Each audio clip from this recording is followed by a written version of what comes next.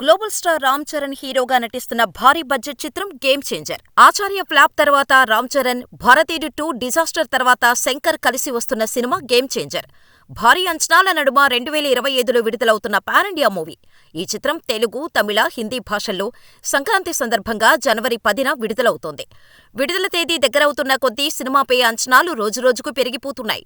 Ram Charan mass యాక్షన్ను వెండితెరపై చూసేందుకు అభిమానులు, ప్రేక్షకులు ఎంతో ఆసక్తిగా ఎదురుచూస్తున్నారు. RRR తర్వాత మళ్లీ ఆ రేంజ్లో రామ్ చరణ్ను చూడ్డానికి ప్రేక్షకులు వెయిట్ చేస్తున్నారు.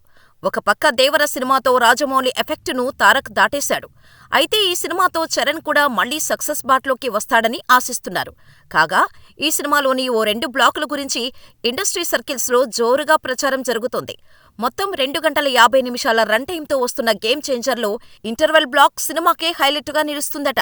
ఈ ఎపిసోడ్లో చరణ్ స్టైలిష్ యాక్షన్ను థియేటర్స్లో ఫ్యాన్స్కు పూనకాలు రావడం గ్యారంటీ అని వినిపిస్తోంది.